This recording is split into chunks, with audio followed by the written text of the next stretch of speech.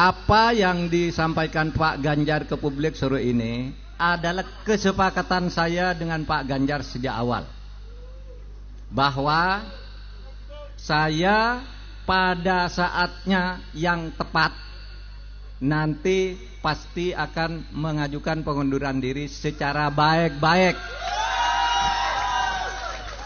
Jadi tidak ada pertentangan antara saya dengan Pak Ganjar. Itu sebabnya kalau saudara semua cermat, pada saat penutupan debat itu saya akan membacakan sebuah pernyataan.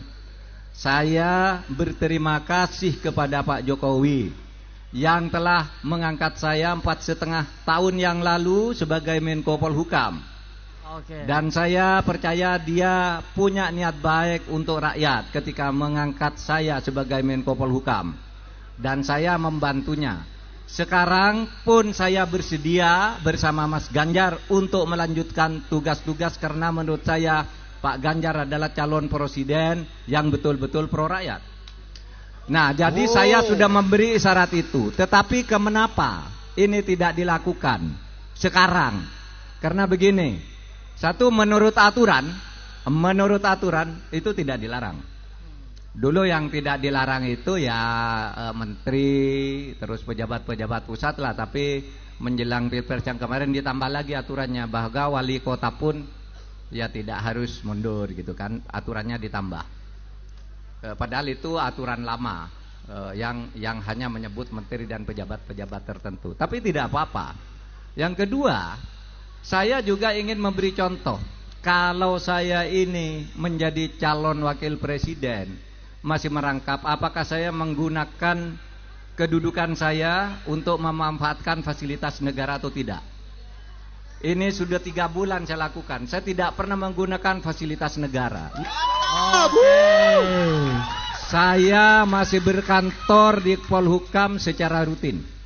Semua tugas-tugas, semua surat-surat masuk pasti selesai tidak sampai seminggu di meja saya, meskipun saya cawapres.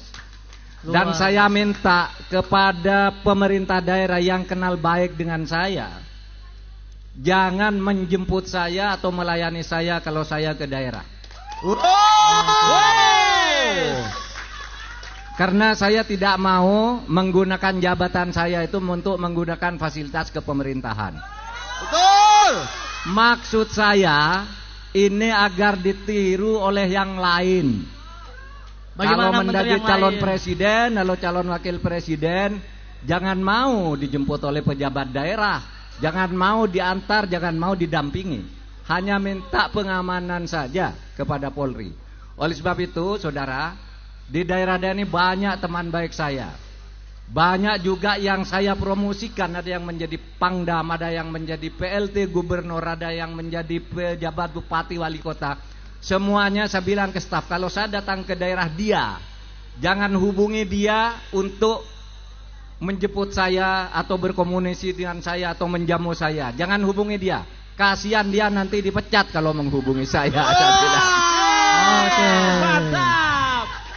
Karena fenomenanya orang kalau dekat-dekat dengan lawan politik itu itu susah, segera dipindah, segera dinaikkan, tapi sebenarnya ditendang ke atas, segera dan macam-macam. Oleh sebab itu, semua pejabat yang kenal saya yang selama ini baik-baik saja, kalau saya datang ke daerahnya, Anda usah ikut menjemput agar tidak berbahaya bagi Anda, bagi karir Anda.